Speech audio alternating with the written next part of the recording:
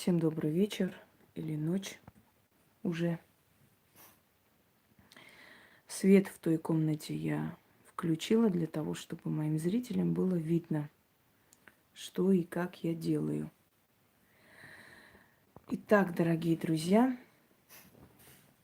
для начала я хочу извиниться за шмыгание носом. Я иногда сама смотрю свои эфиры, когда мне нужно что-то там понять, что я недорассказала. И меня саму это раздражает и злит. Но никуда не денешься. Это происходит из-за очень напряженной работы. Для того, чтобы это на долгое время остановить, нужно надолго уйти, то есть отдохнуть. Но в моей профессии это нереально и невозможно, поэтому я немного даю отдых себе и, естественно, возвращаюсь снова к работе. Это нервный тик. Особенно после операции он возобновился с новой силой, и это хронически, это не лечится, это всего лишь на время подавляется. И теми же заговорами и прочим, он останавливается на время. Поскольку я уважаю своего зрителя, хочу, чтобы вы поняли, что это совершенно независимая от меня вещь. Нервный тик может происходить абсолютно вне желания и воли человека.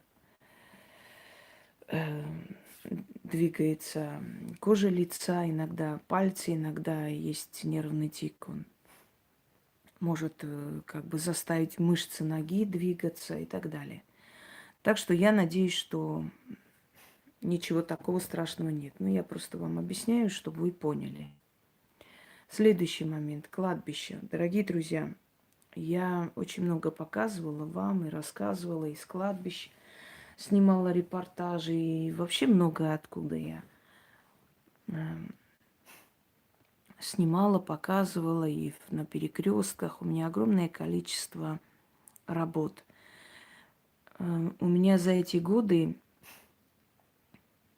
4000 только ритуалов, не считая моих лекций, не считая прямых эфиров и прочее, прочее. Не считая просто походы и в лес, и на кладбище, и где мы только не были. Я постаралась вам показать магию просто со всех сторон, чтобы вы поняли, что это такое. И хочу вам сказать, что я показала вам то, что можно показать. Есть такие работы, которые просто нельзя никак. Человеческая психика это не перенесет, не выдержит. Поэтому, естественно, я это не показываю. Нет, это не связано с кровными жертвами и прочее. Но есть вещи, которые вам просто не стоит знать. Но примерно я вам объяснила. Еще раз говорю, магии обучить невозможно. Магию можно рассказать и объяснить. Вот объяснить вам могу, что это, зачем это, откуда это. Но учить, обучать этому невозможно. Это обучается только, то есть этому можно обучить только людей, у которых в роду были ведьмы, им не хватает знаний, они находят учителя, которому передает. Это не дар. Я не знаю, как вы смотрите мой канал, если до сих пор не поняли, что это слово «дар» я не выношу и не переношу. Дар – это то, что тебе даром дается, а здесь дара нет совершенно. Здесь даром ничего не дано.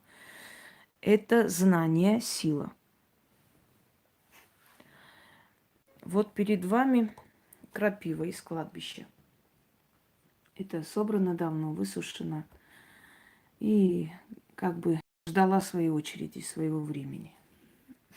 Мой котелок весь уже поржавел, весь износился от моих работ. Ну, что делать? Тут и всякое там начитывалось, и капалось, и вода, и так что рабочий инструмент, одним словом. Так, собственно, и должны выглядеть атрибуты ведьм, которые, которые есть у ведьм, если они есть, конечно. Теперь, дорогие друзья, я с вами сегодня вот то, что я сейчас проведу, хочу, чтобы вы посмотрели, поняли, вникли в суть. Но, естественно, вам это делать нельзя. Нельзя по той причине, что это делает только ведьмы. Вот вы удивляетесь, как я могу понять, что хотят сделать мои недруги, и как я их опережаю, как вообще ведьме удается опережать и избегать капканы, избегать все то, что уготовано для нее. И почему я говорю, что инквизиция сжигала всех подряд, всех неугодных, но только не ведьм. Потому что у ведьм есть различные не просто ритуалы, зазывы, заговоры, различные инструменты, скажем так, грубо говоря, для того, чтобы суметь избегать эти капканы. Понимаете? Ей подсказывают. А если ей хочется, чтобы еще больше был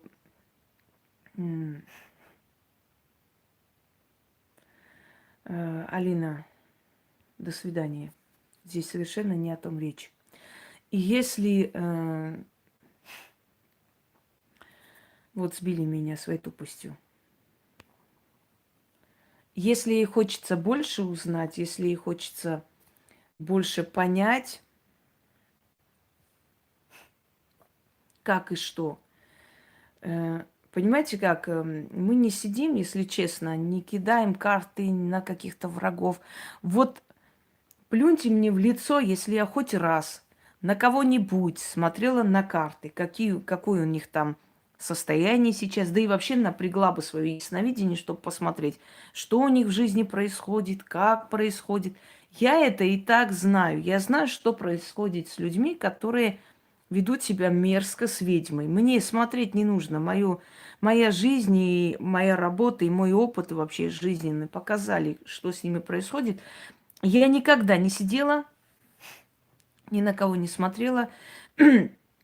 И никогда, скажем так, не интересовалась, у кого что происходит. Да, они недостойны того, чтобы я тратила на них свое время.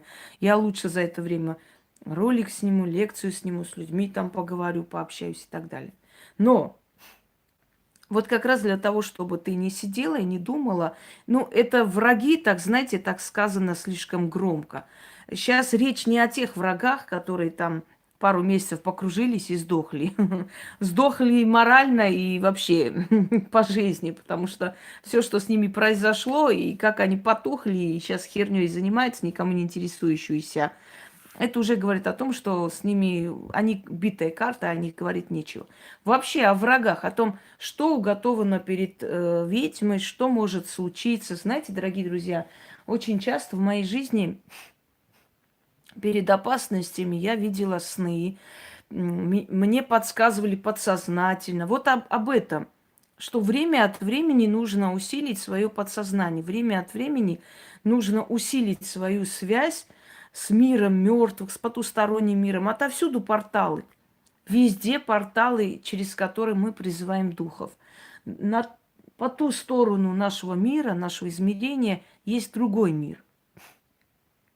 И мы с этим сталкивались. И человек, который хоть раз в жизни столкнулся с реальностью потустороннего мира и увидел духов, просто почувствовал, ты никогда в жизни не убедишь его в том, что это была его фантазия, что это он так воспринял и так далее. Я сейчас вам расскажу такой случай, но перед этим хочу вам сказать.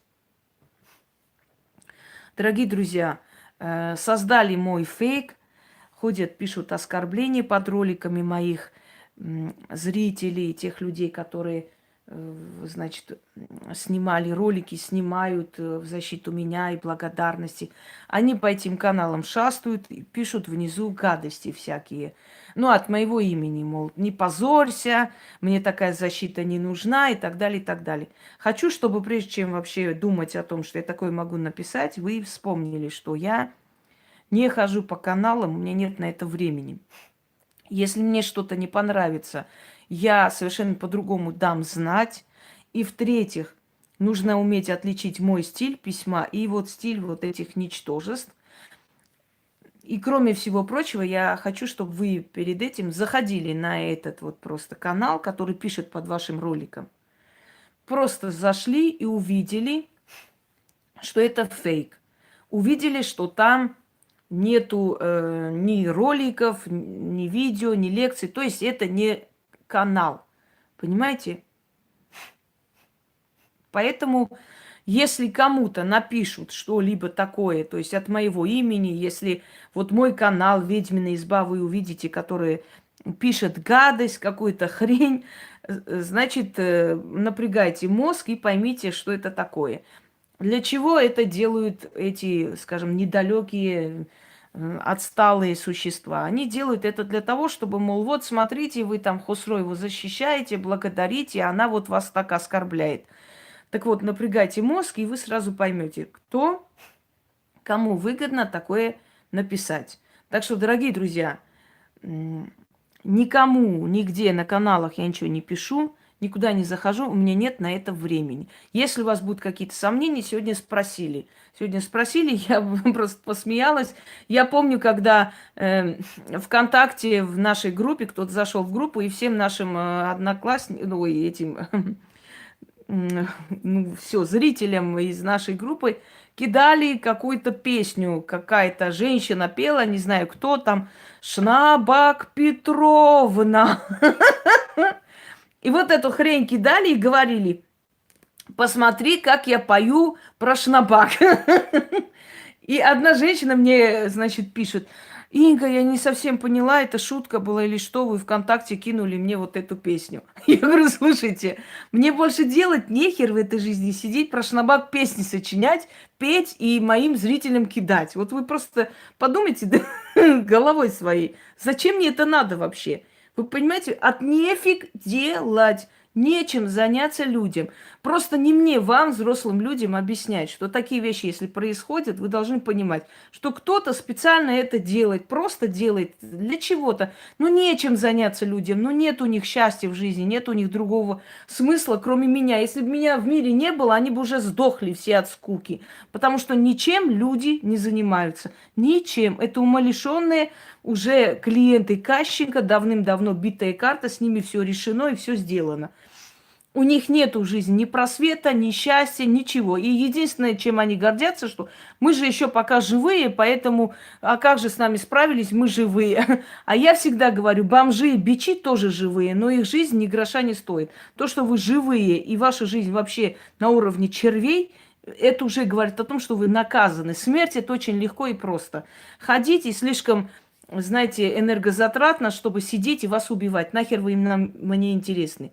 Я могу сделать на смерть тогда, когда это реальная угроза моей семье, моему ребенку, моей жизни, моим любимым, близким и так далее. Если человек ну, просто делает мне столько вреда, что это грозит мне чуть ли не тюрьмой, чуть ли не смертью, убийством и так далее, вот тогда я пойду и уберу этого человека и буду иметь полное право. То есть он мне мешает жить, а я его уберу с этого мира. И убирала, и не раз делала порчи на смерть, да, и не стесняюсь этого, и их нету. Понимаете? А здесь идти убирать, кого убирать? Этих клоунов. О чем вообще? Вот кого убирать? Клоунов, этих сумасшедших, полоумных, этих дур, эту дуру из кишлака. Но она мне не мешает жить никак. Я ее просто, знаете, как унизила, втоптала в дерьмо свое же, и на весь мир показала, какие они просто посмешища, клоуны и шуты. И все на этом, и люди поняли, люди отошли, все, сдохли, битая карта, закончилась, идем вперед. Поэтому для того, чтобы делать смертную порчу, на это должны быть определенные, скажем так, такие причины веские, что человек просто тебе не дает жить. Вот житья не дает, надо его убрать с дороги. А на каждого козла, знаете, извините меня, как я уже говорила, мои свечи стоят по 800 рублей. Идти тратить на этого алкаша 800 рублей, да он того не стоит. Помните, да, на 800 рублей некоторые свадьбу играют. Вот представьте, сколько свечей мне надо пойти сделать смертную порчу на этого алкаша. Много чести. А наказание на катастрофы и прочее, которые я сделала на вот эту семейку, да, это было сделано. Оно может и смертью закончиться, оно может закончиться безденежьем, нищетой, болезнями, чем угодно. Это не конкретно на смерть. Это на то, чтобы люди просто-напросто не могли, знаете, как освободиться и надышаться от проблем, которые будут постоянно на них сыпаться. Вот что я сделала. Я это сделала, и мы результаты видим, их сумасшествие. Так что, дорогие друзья, никому я песни про шнабак не отправляю, никому я ничего не пишу. У меня нет на это просто времени. Дальше. Насчет потустороннего мира. Хочу рассказать вам такой момент. Мне рассказала женщина, которая занимала довольно и занимает довольно хорошую должность в Волгоградской области. Я не буду называть, кто она, но это женщина при погонах и очень такая, то есть ее знают многие. Мы с ней дружили, и она ко мне приезжала несколько раз, люди даже удивлялись. Вообще вокруг ведьм всегда такого рода люди. А что вы хотите, если я помогаю людям стать прокурорами, следователями? Да, юристов сейчас, знаете, как собак нерезанных, полным-полно. Но не все могут устроить свою карьеру и начать. А если ты помогаешь таким людям подняться, естественно, такие люди с тобой дружат. Потому что они понимают, что и от проверок ты спасешь, и от тюрьмы спасешь, и от того, что они взятку взяли, и под ними копает, спасешь, и конкурента уберешь. Я не буду называть у нас рядом с Москвой вот этот городок, рядом с Москвой. Человек, который владеет огромным имуществом, женщина. Вот она, кстати, несколько раз мне очень красивые подарки отправляла, и фортуну отправляла, вот это вот в африканском стиле. Так вот, ее преследовали вся администрация этого городка. Вся администрация, просто у нее выхода не было, ей некуда было деваться, ее просто топили. Вы знаете, основное количество из них уволились. Просто уволились в никуда. Там и братков подключили, чего только не было, и ни хера никто не добился. Они начали между собой грызться и ушли. То есть забыли уже про нее. Так вот, конечно, с ведьмой дружат такие люди, потому что благодаря ей они поднимаются, благодаря ей они получают свои должности и так далее. Почему они должны с ней не дружить? И вот эта женщина мне рассказала, говорит, она совершенно не пьющая, она еврейка, она выросла в еврейской семье, у них там очень строго. Она абсолютно не пьющий человек, ни капли. Ни дед ее не пил, ни мать, ни отец, никто. Они профессора, врачи, а она вот человек, работающий в структурах. Так вот, она говорит, что однажды ночью... Привет, Ран. Однажды ночью, в общем, у нее машина сломалась посреди леса. А у нас там вообще в области большие леса, и дорога как бы проезжает прямо посреди леса. Она выходит, но то есть машина ломается в таком месте, что очень далеко от города. Это те годы, когда еще не было таких вот, знаете, сейчас называют ангелы дороги или как-то их называют. Людям приходят на помощь, когда происходит, ну, что-то там, неполадки с машиной, они, значит, приезжают и забирают, и эвакуируют, и так далее, и так далее. Сейчас есть, тогда этого не было. Она говорит, час ночи, еду одна, куда-то поехала по важному делу, и, ну, не рассчитала, не подумала, кого беспокоить в час ночи.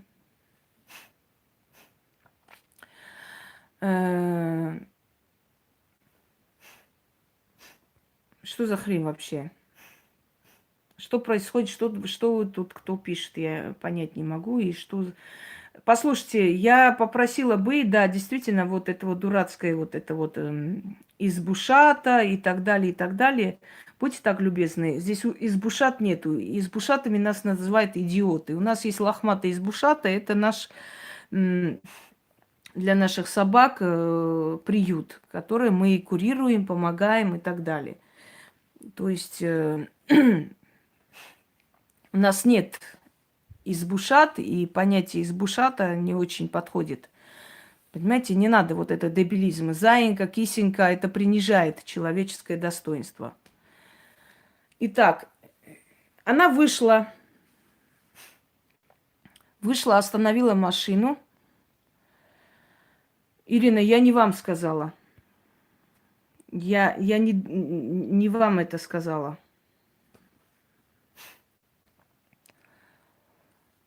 Идет по лесу. Да, идет по лесу и идет, чтобы попросить о помощи. И уже говорит, вроде бы, ну, уже поздняя ночь, а рядом находится там какая-то, по ее меркам, там находилась какая-то станция. И она пошла, вроде там какие-то мужики должны прийти ей помочь. В общем, она заблудилась, не могла найти дорогу обратно. И вдруг видит электричка. Я, говорит, вообще удивилась, потому что, ну, в этом месте не было никогда электричек никаких. Но электричка какая-то, поезд. Поезд приближается, и она видит, что поезд старинного типа.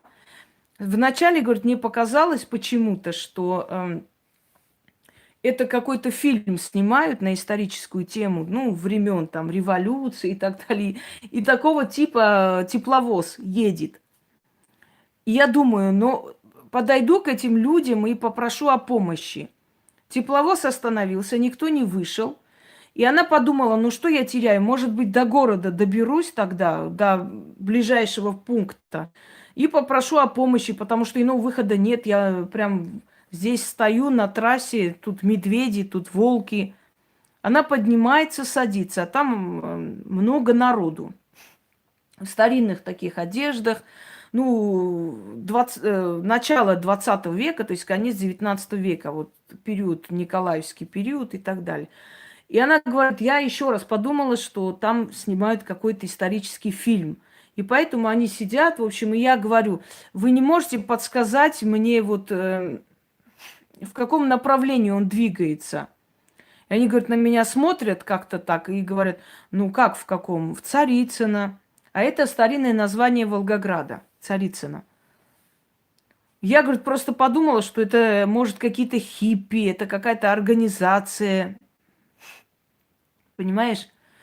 Ну, что вообще это за такое, что, ну, как-то странные ответы. И она просто перестала с ними общаться, думает, ну, эти актеры тоже какие-то странные люди, странные какие-то, как бы, существа. Я их спрашиваю, они в Царицыно и так далее.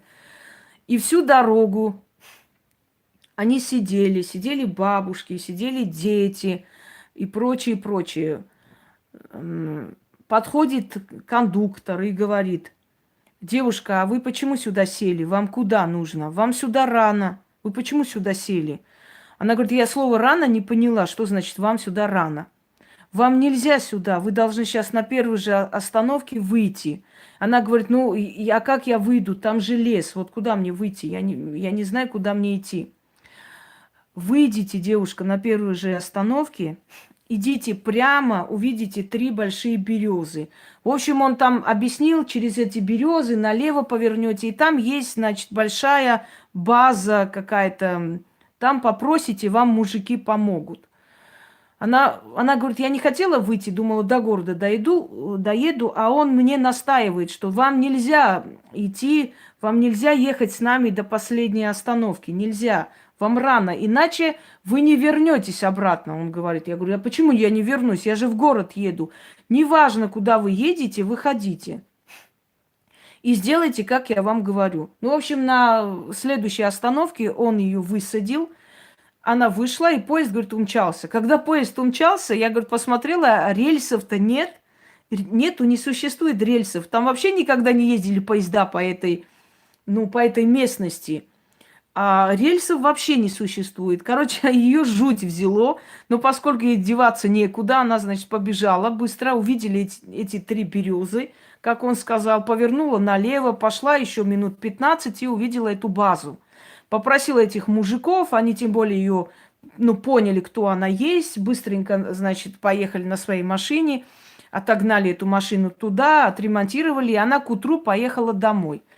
Поехала, говорит, я думаю, может быть, мне это показалось, может быть, ну, может, сон был, но это нереально, невероятно, потому что от ее машины и до той местности, где вот эта база стоит, да, там ехать где-то 1,5 часа. Ну, не может она пешком добраться за 10-15 минут до другого места. Не могла никак.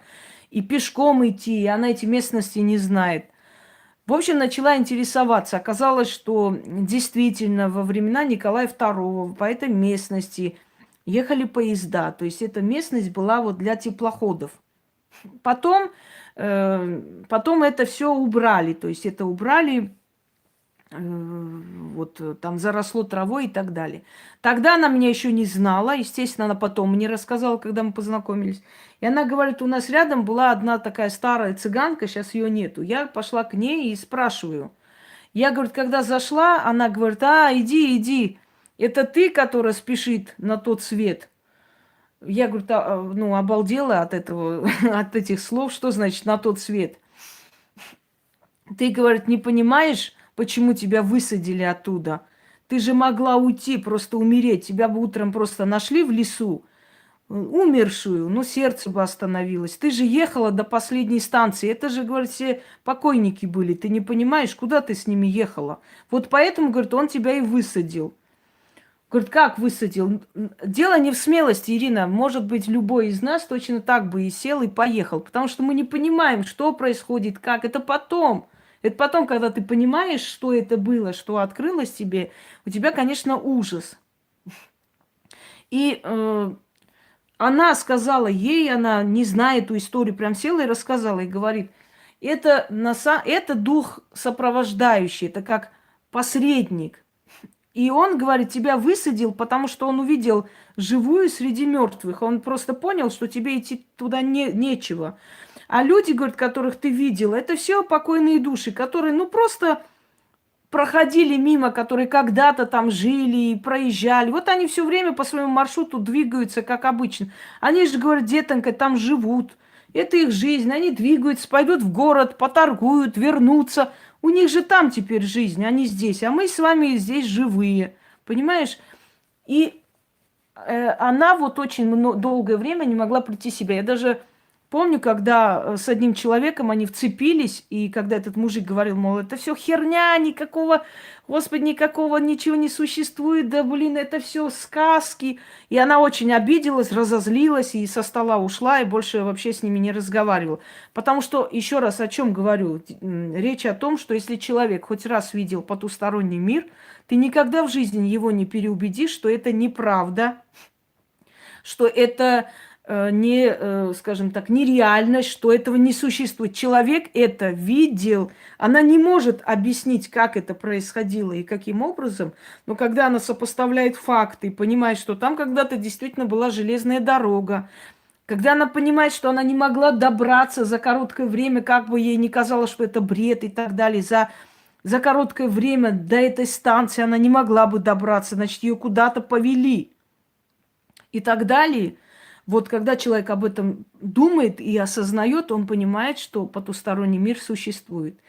Второй момент, когда женщина мерзла на остановке, уже ночь, ни одной машины, у меня, говорит, уже страх, я стою на остановке, ее высадили, она должна была пойти что-то там в ближайшее село взять и, значит, полчаса пешком обратно на остановку, а тот автобус не приехал. И вот она стояла, уже мерзла, пешком идти через лес испугалась. Вот, говорит, стою, плачу, не знаю, что делать. И вдруг вспоминает своих покойных родителей и говорит, мама с папой, ну вы же меня видите, ну помогите, скажите, что мне делать, как-нибудь мне помогите отсюда домой уехать.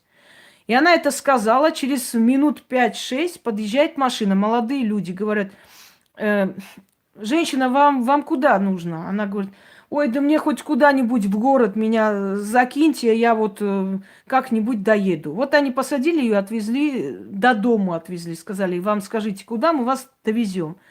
Отвезли, и говорит, я достаю деньги. Они говорят, нет, нет, что вы, не нужно ничего. Все нормально. И я, говорит, им говорю, ну скажите хоть, за кого мне в церкви свечку-то поставить? И отъезжая, девушка открыла окно и сказала, Ольга и Александр. И, значит, помахала ей рукой и уехала. И тут, говорит, меня прям окатили как холодной водой, потому что так зовут ее родителей. Ольга и Александр. Понимаете? Естественно, это были живые люди, это не мертвые были люди. Но именно с такими именами, как у ее родителей, подъехали и забрали ее домой. После того, как она попросила помощи у своих родителей, ушедших. Так речь о том, что все наши любимые, дорогие люди, кошки, собаки, которых мы при жизни любили, они всегда с нами рядом. И стоит нам просто попросить, они нас слышат и помогают.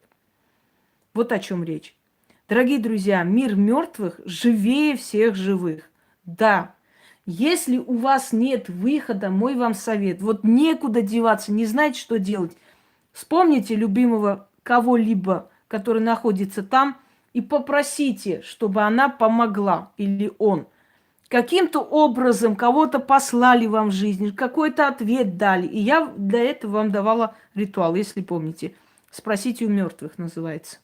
Итак, почему трава с кладбища? Трава должна быть с кладбища, потому как она пропитана силой умерших. Траву надо зажигать, дым идет в потусторонние миры, дым идет в порталы. Вы время от времени, это имеется в виду для практиков, время от времени практики должны усиливать. Это не ясновидение, это осторожность свою, это бдительность свою, чтобы все время чувствовать, что против вас готовят, что хотят сделать. Это будет приходить, эти подсказки вам во сне, наяву, подсознательно, в мыслях, через людей, как угодно. И будут приходить, во-первых, подсказки, во-вторых, будут вам предлагать варианты решения этого в вашу пользу. И будут мертвые защищать вас.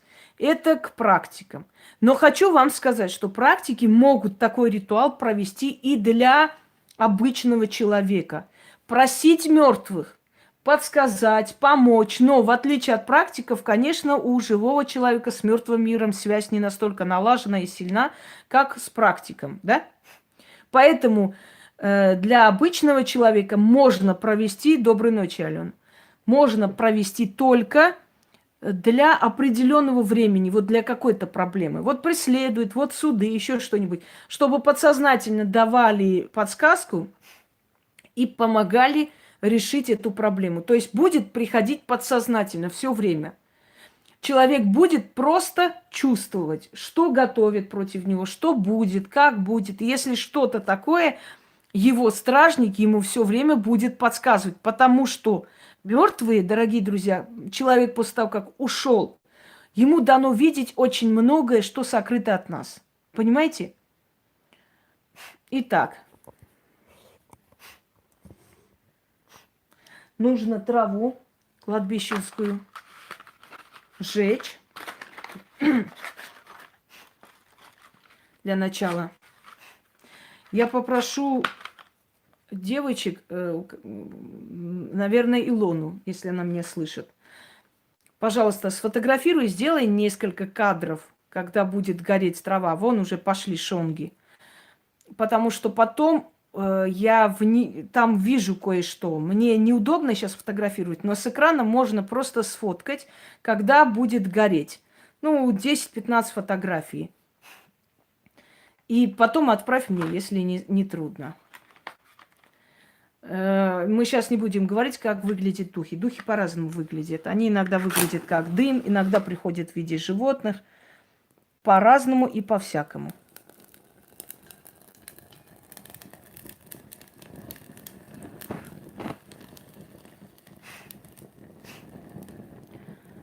Вот он сначала пусть горит.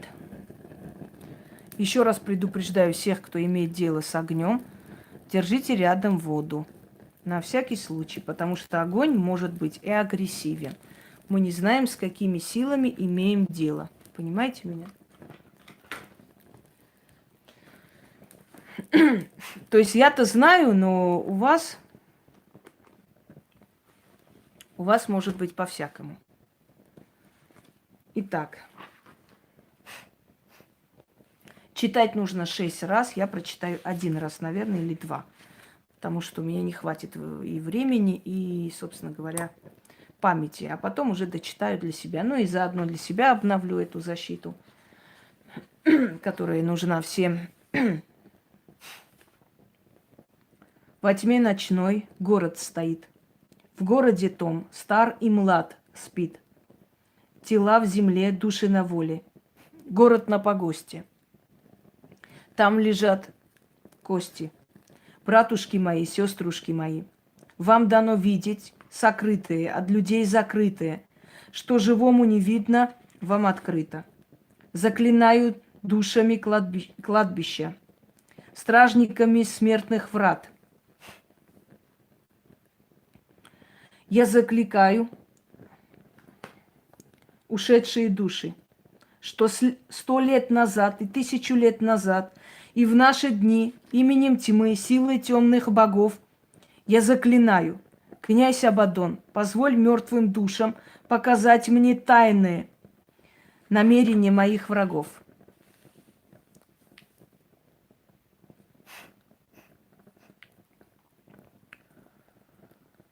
Я выкидываю людей, которые мне мешают. Показать опасности на пути, капканы и запреты. Придите во сне, придите в мыслях, придите в подсознании, дайте подсказку, научите, ведите по безопасной дороге. Раскройте мне тайны, откройте врата. Травой кладбищенской к вам взываю, с вами договор заключаю. Или договор. Дым к небу идет, от духов мертвых подсказка придет, защита придет и помощь придет. Заклинаю.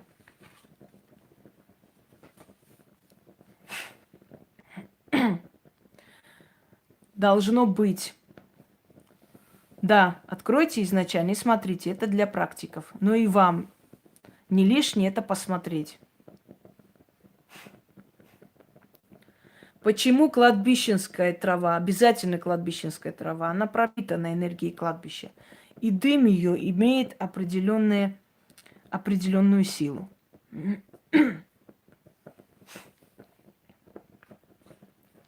Во тьме ночной город стоит.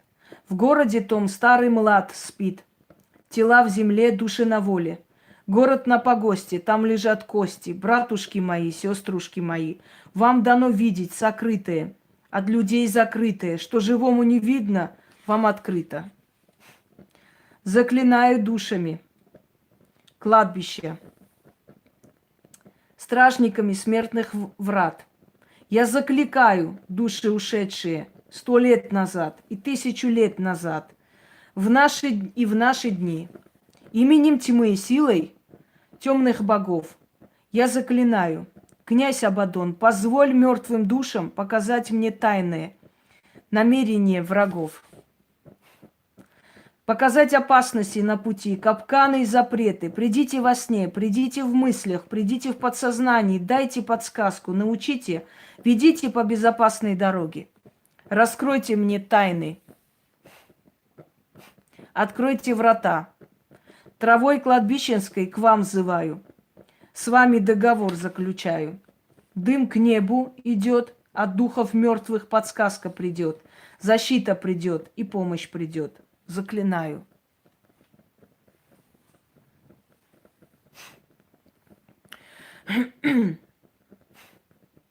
Во тьме ночной город стоит. В городе том старый млад спит. Тела в земле, души на воле. Город на погосте. Там лежат кости. Братушки мои, сеструшки мои, вам дано видеть сокрытые, от людей закрытые, что живому не видно, вам открыто. Заклинаю духов кладбища, стражниками смертных врат. Закликаю души ушедшие 100 лет назад и 1000 лет назад, и в наши дни. Именем тьмы, силой темных богов я заклинаю, князь Абадон, позволь мертвым душам показать мне тайные намерения врагов, показать опасности на пути, капканы и запреты. Придите во сне, придите в мыслях, придите в подсознании, дайте подсказку, научите, ведите по безопасной дороге. Раскройте мне тайны, откройте врата, травой кладбищенской к вам взываю. С вами договор заключаю. Дым к небу идет, от духов мертвых подсказка придет, защита придет и помощь придет. Заклинаю. Во тьме ночной город стоит, в городе том старый млад спит. Тела в земле, души на воле. Город на погосте, там лежат кости, братушки мои, сеструшки мои. Вам дано видеть сокрытое, от людей закрытое, что живому не видно, вам открыто. Заклинаю духами кладбища, стражниками смертных врат. Я закликаю души ушедшие 100 лет назад и 1000 лет назад. И в наши дни именем тьмы, силой темных богов я заклинаю, князь Абадон, позволь мертвым душам показать мне тайные намерения врагов. Показать опасности на пути, капканы и запреты. Придите во сне, придите в мыслях, придите в подсознании. Дайте подсказку, научите, ведите по безопасной дороге. Раскройте мне тайны, откройте врата. Травой кладбищенской к вам взываю. С вами договор заключаю. Дым к небу идет, от духов мертвых подсказка придет, защита придет и помощь придет, заклинаю. Еще 2 раза прочтем. Во тьме ночной город стоит, в городе том старый млад спит. Тела в земле, души на воле. Город на погосте, там лежат кости. Братушки мои, сеструшки мои, вам дано видеть сокрытое, от людей закрытое, что живому не видно, вам открыто. Заклинаю духами кладбища, стражниками смертных врат. Я закликаю души ушедшие 100 лет назад и 1000 лет назад, и в наши дни. Именем тьмы, силой темных богов я заклинаю. Князь Абадон, позволь мертвым душам показать мне тайные намерения врагов. Показать опасности на пути, капканы и запреты. Придите во сне, придите в мыслях, придите в подсознании. Дайте подсказку. Научите, ведите по безопасной дороге. Раскройте мне тайны, откройте врата. Травой кладбищенской к вам взываю. С вами договор заключаю. Дым к небу идет, от духов мертвых подсказка придет, защита придет и помощь придет, заклинаю. Во тьме ночной город стоит, в городе том старый млад спит. Тела в земле, души на воле. Город на погосте. Там лежат кости, братушки мои, сеструшки мои. Вам дано видеть сокрытое, от людей закрытое, что живому не видно, вам открыто. Заклинаю духами кладбища, стражниками смертных врат. Я закликаю души ушедшие 100 лет назад и 1000 лет назад, и в наши дни. Именем тьмы, силой темных богов я заклинаю, князь Абадон, позволь мертвым душам показать мне тайные намерения врагов. Показать опасности на пути, капканы и запреты. Придите во сне, придите в мыслях, придите в подсознании, дайте подсказку, научите, ведите по безопасной дороге. Раскройте мне тайны, откройте врата, травой кладбищенской к вам взываю. С вами договор заключаю. Дым к небу идет, от духов мертвых подсказка придет, защита придет и помощь придет. Заклинаю. Все, дорогие друзья. Пространство оживает, да. Пространство иногда настолько оживает, что, глядя на эти чучела, мне начинает казаться, что они скоро оживут или какой-то звук издадут. Настолько пространство оживает. Но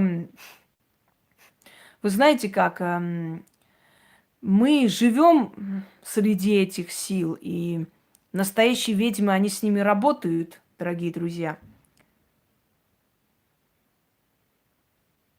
Какой-то звук на улице интересный. Ну-ка.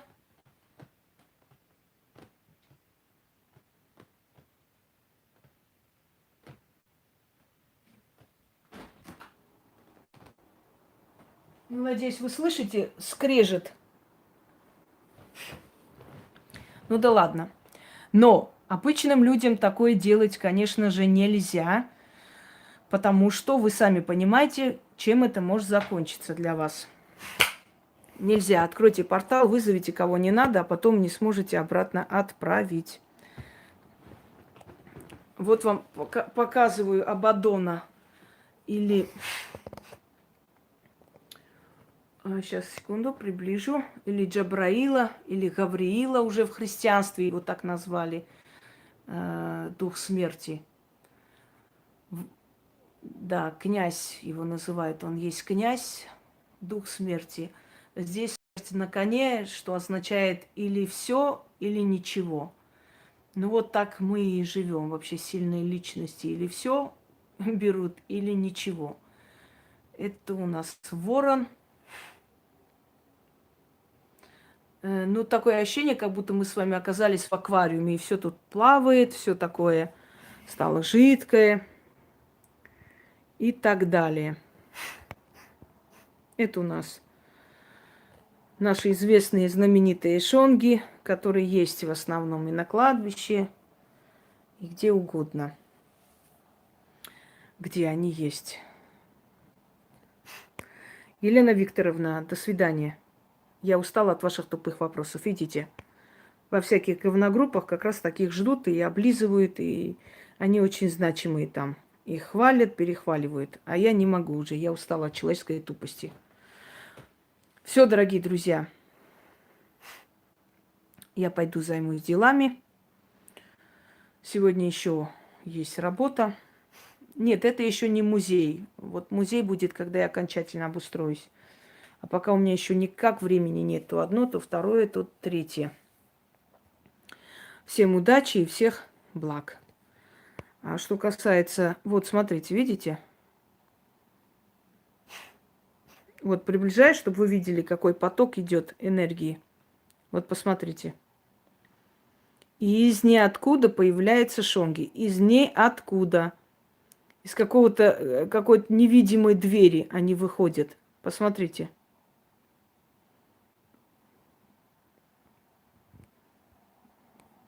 Сейчас, секунду. Вот просто четкость пропала, потому что после таких ритуалов всегда идет вот такая вот жижа пространства, да. Именно поэтому я и говорю, вы не повторяйте, потому что это для вас небезопасно. Это открытие порталов, которые вы не умеете с ними работать, вы не умеете их закрывать, и, естественно, для вас это вообще ненужное дело. Еще немножко посмотрим. Поохотимся над шонгами, за шонгами и по делам. Вот, разжиженное такое пространство. Видите, там более более активный угол, здесь менее, как ни странно. Так и определяем. Спасибо, Инна, что сказали, а то я не знала, что шонги это духи.